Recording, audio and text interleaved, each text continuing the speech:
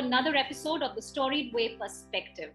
Today I have a very special guest and I'm bubbling with joy because I get a one-on-one with Geeta Ma'am.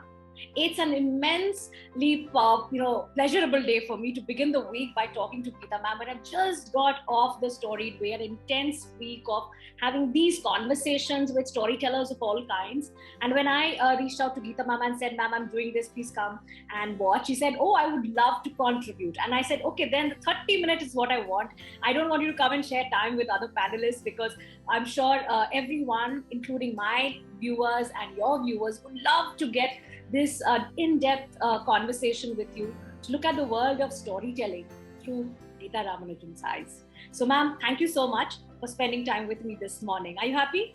Thank you so much, Ritu. And it's such a beautiful morning as it is. I'm so glad. I think the weather makes a lot of difference to our moods also. Yes. And I can see the glow of the sun on your cheeks. And I think it's beautiful to see, eye to eye. I'm looking forward to that. And thank you so much for inviting me and making me feel very special. Thank you so much. You are so special. And for everyone maybe who don't know me enough, I'm sure you know Geeta Ma'am absolutely well. A lot of people have asked me that, so where did you learn storytelling?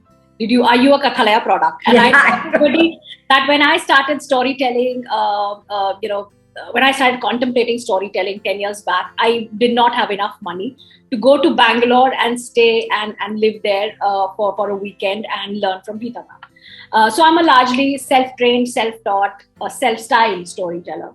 And I'm influenced by a lot of storytellers who I've seen, heard, watched live or watched on YouTube. And I taught myself to tell stories the way I tell today. But I'm sure, ma'am, giving this one-on-one, I want to ask you this. You have inspired so many storytellers in the country to just begin storytelling by just, not even by training them, people like me, right? True. Just because you were telling stories, we felt that, oh, wow, this is an big, immense field and there's so much to do. Why don't you just tell us, for everyone, from your vantage point of experience, how have you seen this entire ecosystem, this landscape of storytelling in India shape up over the years, from the time when you started to 2022 when we are talking right now? Long story, but I'll make it as short as possible. In a very confused state, because they say order comes out of chaos. I had just finished reading The Fridge of Capra, and it's called The Turning Point. It's very strange because I was a librarian in a school, and probably I feel that many things happen. You are probably chosen for certain things in life. And I think that is what I felt, because I had no aspirations. I am a person not with expectation, but with acceptation, I would say. So I'm a person who accepted life as it comes, because when I was growing up, for instance, there was not even a tape recorder, no telephone, nothing, and yet people communicated. And the best way of communication is talking about everyday events, getting together. So, it just happened that I think we call it storytelling later, but storytelling was happening all the time within families and within groups of people, because the only outlet was social meetings or playing together in the compound, things like that. Now, what happened is, after the split happened in India, a lot of split also happened when people migrated from towns and villages. My parents were some of them too, who came in looking perspectives for new jobs. The minute you come to the city, you have a nuclear family, and both the parents want to compromise and compensate as to what they are missing out for their children. So what they do is they try to bring in what they have grown up with, which means telling stories to the children. So my father wanted also me to develop my language. So he told in English. My mother spoke in Tamil because this was in Bombay. They took me to as many discourses as possible, as many people's houses, etc. Now, growing up in this ambience, 90% of the time, if you see, we are playing, we are talking, we are in school, we are listening. So all this was happening, which is part of storytelling. So you have to listen in a school. And most of the conversation was not through smart boards, but the teachers were actually telling us. And I fell in love with my teachers because they were sincere. So, and when my teacher said, for oft when on my couch I lie, in vacant or in pensive mood, it flashes on that inward eye, which is the bliss of solitude. And then my heart with pleasure fills and dances with the daffodils. Now, when she said that, I felt her. I didn't understand the meaning, but there was a feeling. And that feeling made me recall even her picture now, because it's how you convey. So they developed, they gave us a very important portion of life, which is called love. It was a lot of love. I know it came from the heart. They were not complicated beings. Fast life, but good. So here is where the storytelling journey for me began. And then I didn't even know it was storytelling, because survival was the most important thing. Again, my parents, I wouldn't say were conservative, but there was a pattern. So they said, okay, you're the oldest in the family, get married, right? So arranged marriage, not much of a choice. We had to be implicitly obedient. A lot of things that went with the culture of that time and era. So 1970 got married. And after marriage, I realized that we are from very two different, very diverse and opposite backgrounds, because he was from a family with 14 my in-laws. My father-in-law were 14 of them, my mother-in-law were 11 of them, whereas here we were a nuclear family and I had to adjust into a big family. Second year, and they said I had to be a housewife, produce children. So this was the thing. So my husband, I felt, though he was an IIT graduate and all that, he was also conservative. So the one good thing was we left for Canada, because that's where his job was. And that was the first time when I felt I was just sitting at home and not doing anything. And I said, let me work. Let me at least do something in the meanwhile, because I'm just... So I literally, one thing that my mother and my father infused in me is how to be self-dependent and how not to depend. And this, remember, this was the first time I was taking a flight ever in my life. And the first flight was to Canada. So here I was, I know what a flight was. And first time I'm meeting Canadians, and I had to go and I just spoke to them. And I said, listen, I need a job. So I remember I got a job as a nurse in a hospital. I had to look after senior citizens and I had to listen to their stories. So that's how actually I started.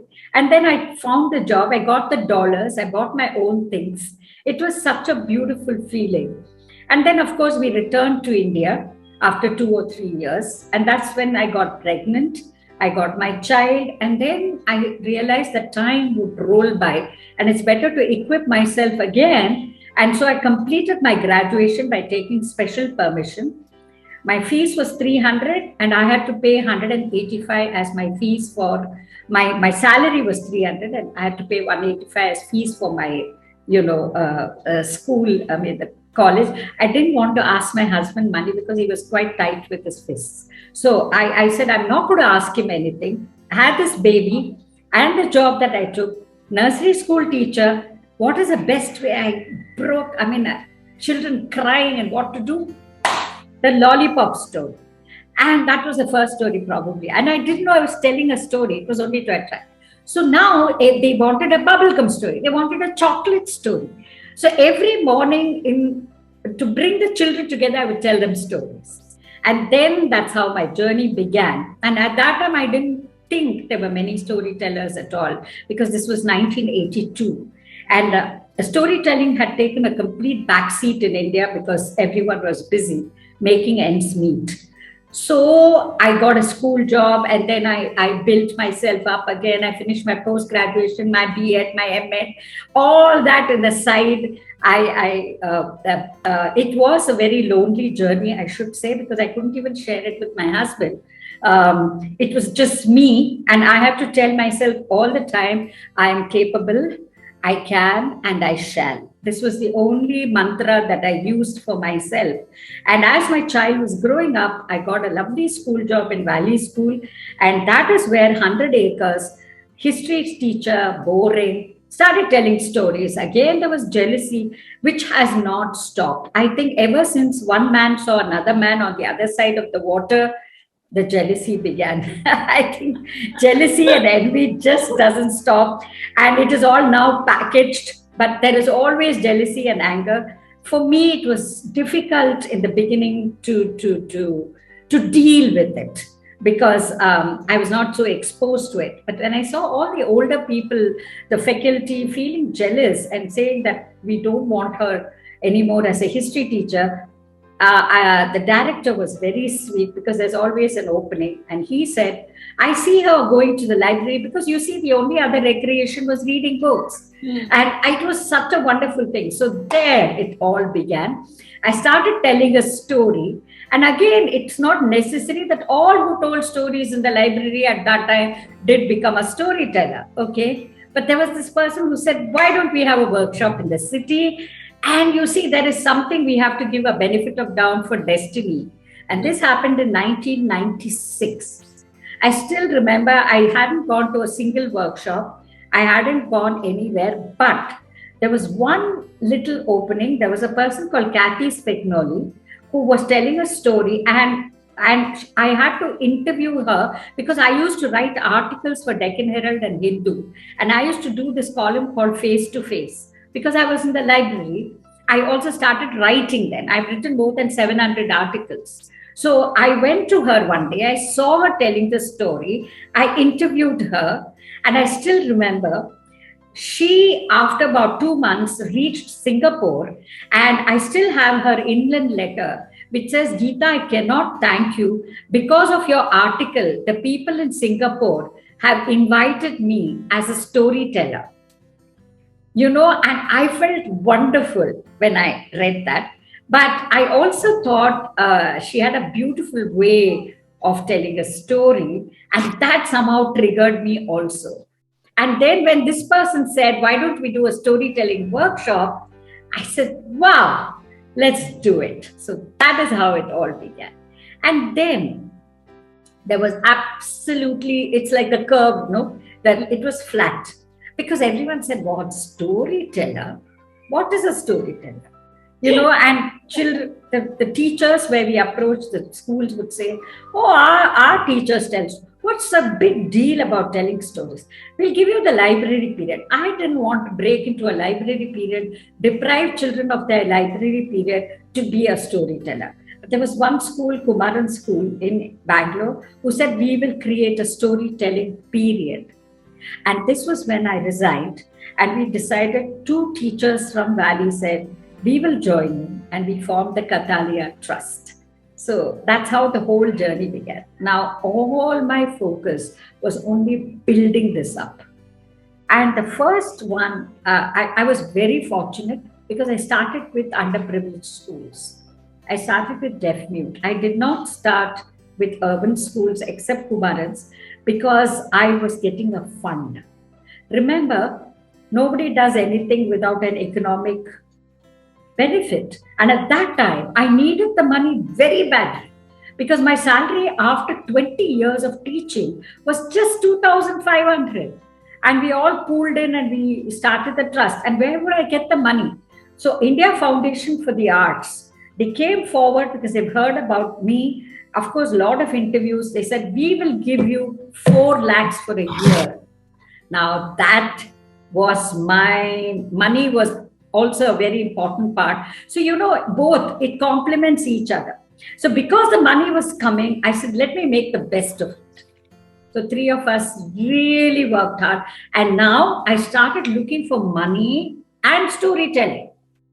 I did do free because I was getting the money also, okay? But a lot of report writing, a lot of things. So I have reached out to 122 NGOs in the first 5 years because I used to use it as a tool to address issues. I had to do it as street theater. I had to travel. And I also got an Ashoka Fellowship. So, multiple things happen, but money has always come. So I don't think I've really worked absolutely free of charge, except when I got enough money. So this is how I began. Afterwards, I was fed up of, and I didn't know there were no other storytellers until I think 2010, when Geeta and one whole group attended when I started my academy. So she took our first franchisee in Chennai. That's how I started opening up. Amin Haq did our course in 2012. Vikram Sridhar did his course. Lavanya Prasad did our course. Soumya Srinivasan did our course. All of them during 2009 to 2012. So till then, there was nobody. And Jiva apparently was a performance storyteller. So she was on our own trip and I was on my own trip. And I don't think we rarely met except a few times because there were no other storytellers. So that is, I would say, the evolution of storytelling from 2010, 12. Suddenly there was a burst. Oh my God. It was like this. It was like atoms multiplying, like our coronavirus. Don't say that. A lot of storytellers. No, I know. I'm just saying it's a wrong example. It's a wrong example, but how suddenly, it spread everywhere. So everywhere there were storytellers, especially in India. Yeah.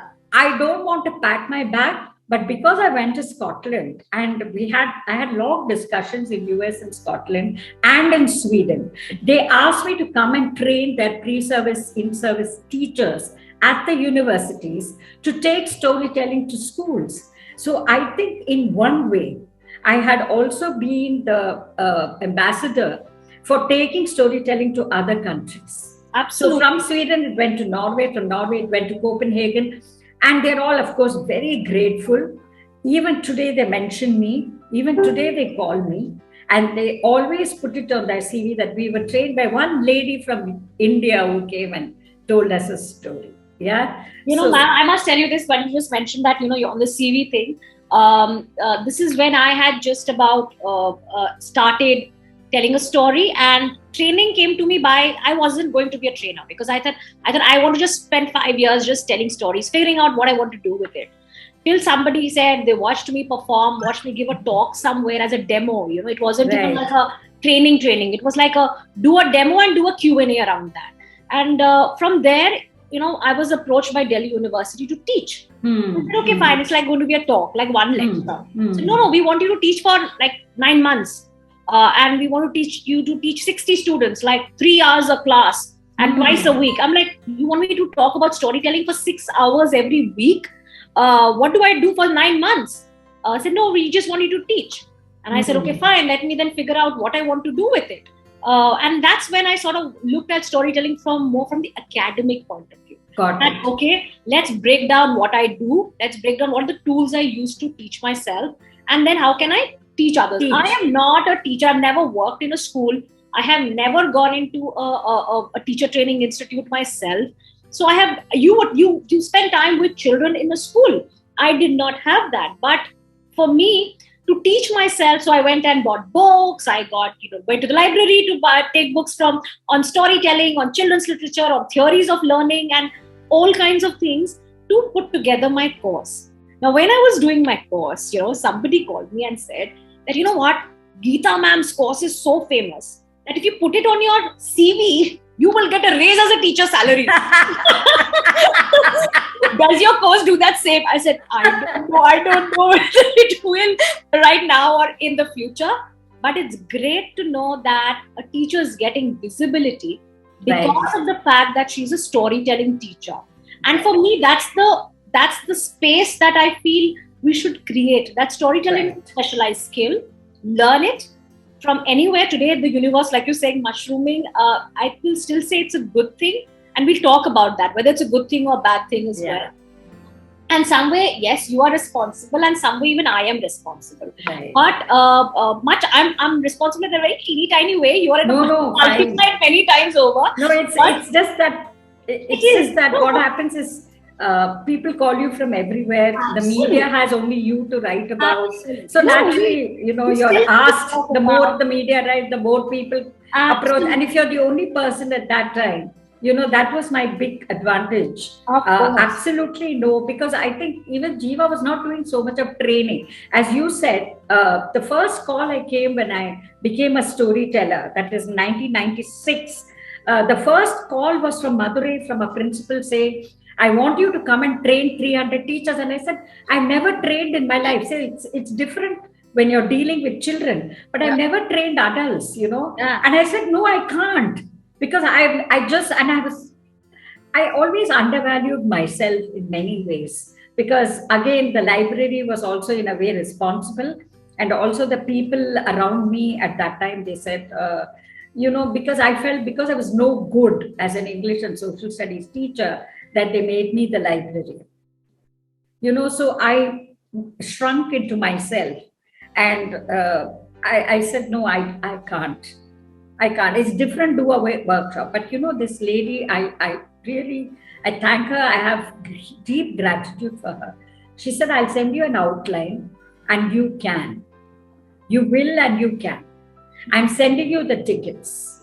So because she imposed that part of me, she said, you are going to impact many lives if you do this.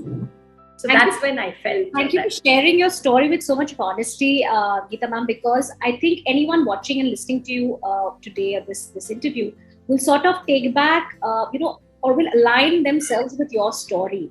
Because a lot of women today, and let's be honest, there are more women getting into storytelling today than men. There are few in Vikram and some more in your batches, and very few in mine, but more women. Let's talk about women. And a lot of them switch careers to storytelling.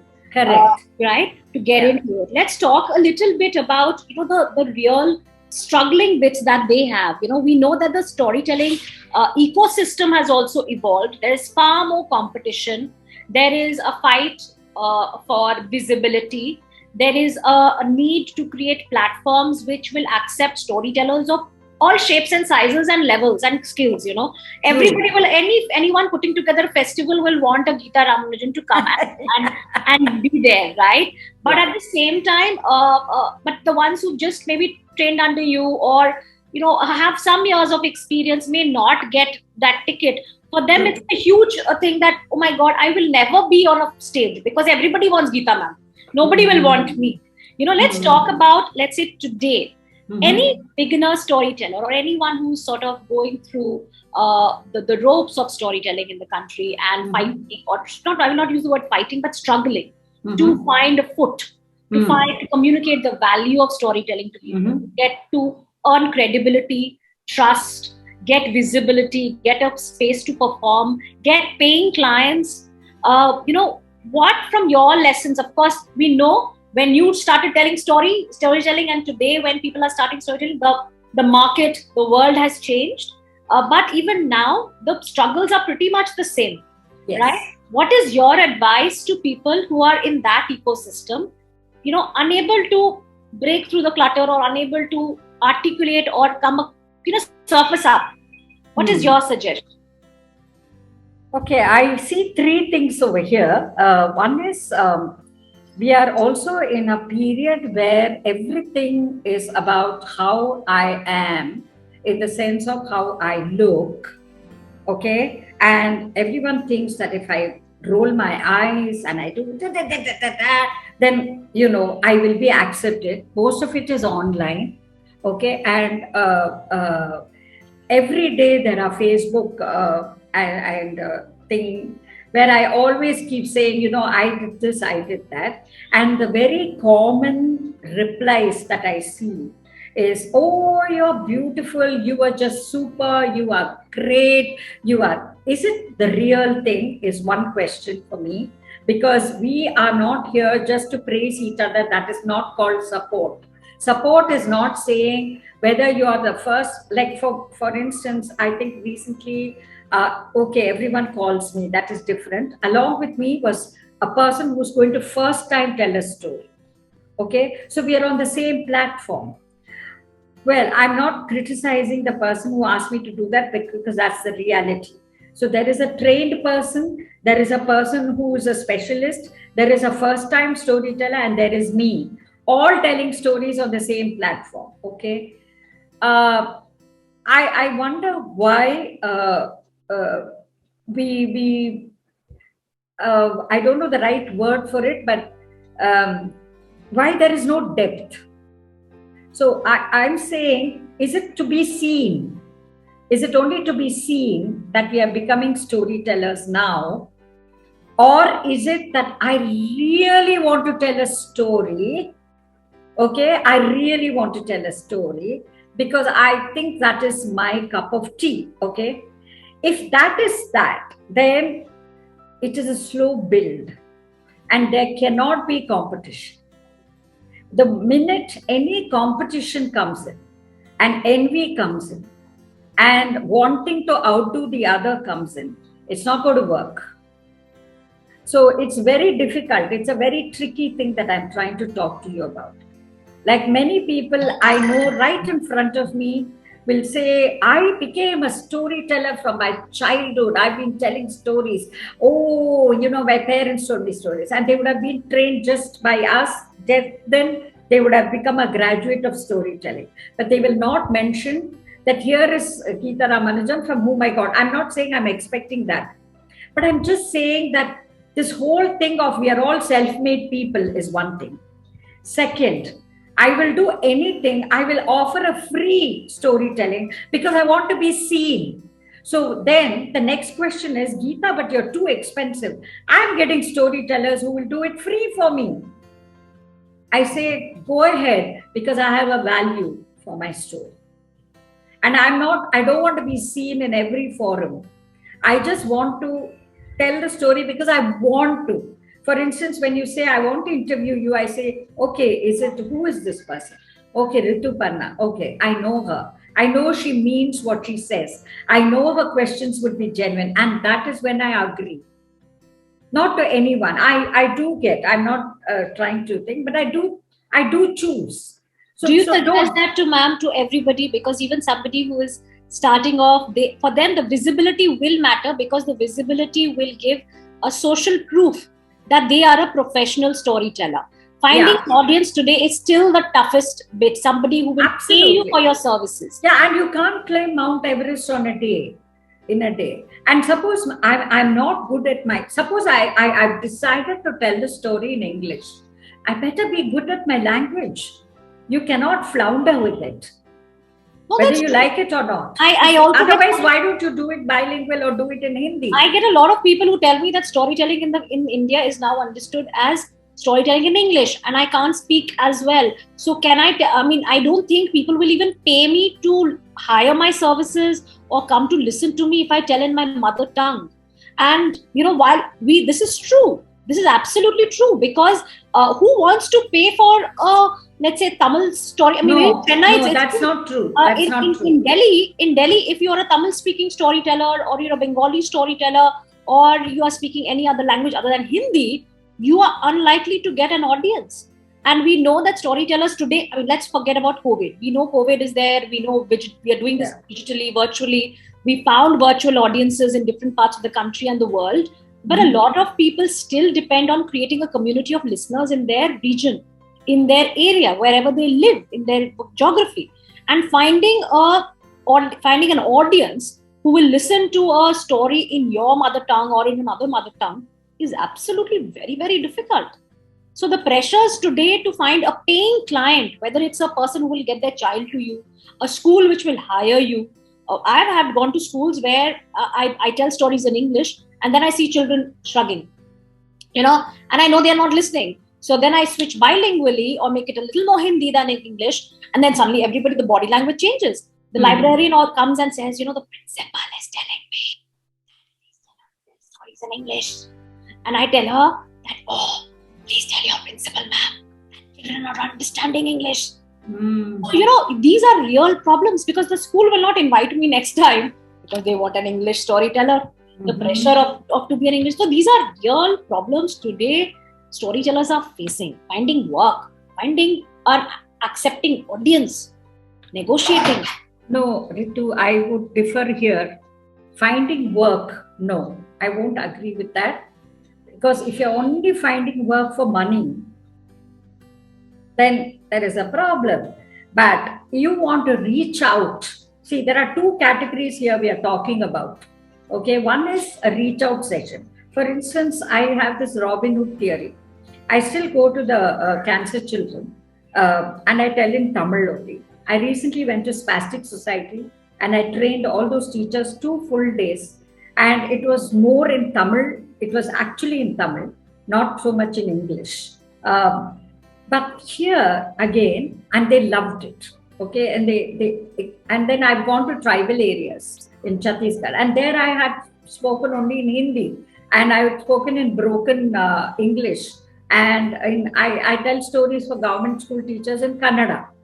Now the payment is not at all good, or rather nil. Okay, but what it does is it gives me a lot of satisfaction and your reach. So there are two things that we are talking about here. If you want to reach out with storytelling and you want to really touch people's lives and you want to transform, you have to choose what you want. If you want only money, then go to an English conversation class, equip yourself in English, give it your complete best. Don't expect that I'm not getting anything, because then you'll have to change your way of reaching out. I know many people say, I want to do only corporate storytelling. No, the corporates don't have so much money to give even today. I know the corporates sometimes have paid me much less than what the schools have paid me. So here I'm thinking in English, so I'm better at English, but I can't do it in Tamil, and that is more satisfying for me. So you have to decide what kind of storyteller you want to be. You can't have the cake and eat it too. You'll have to decide, this is what I want to do. I think there is a confusion because I want to be seen. I want to be on par with all the British, English, white man storytellers, everyone. And then I'm also wanting to have money. It's difficult, right? So people will see, because it's like grade 1, grade 2, grade 3. I give grades for my diploma certificates. I know that when I tell them, I say, prepare yourself. If you can't tell in English, tell it in your regional language. Okay. So I would say that you have to decide why you want to do storytelling, for what reason, and where your heart actually reaches out. And you'll have to equip yourself if you really want to do what you want to do. I want to be a corporate trader. You better learn the jargons of corporate training, because you can't just go to a corporate and say, I'm a trained storyteller. No, they need jargons. You must know what is inclusive, what is diversity, what is gender sensitivity. I learn it even now.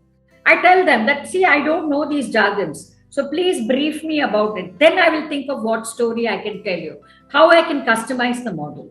Okay, I'm very good with corporate training, but for my diploma course, even today, I have a person who's 25 years in the field who's going to do the business storytelling. I can do much better than him, but I'm calling him because he's a specialist in it. Okay, so you cannot be everywhere and you cannot be with all the people, and please forget the competition.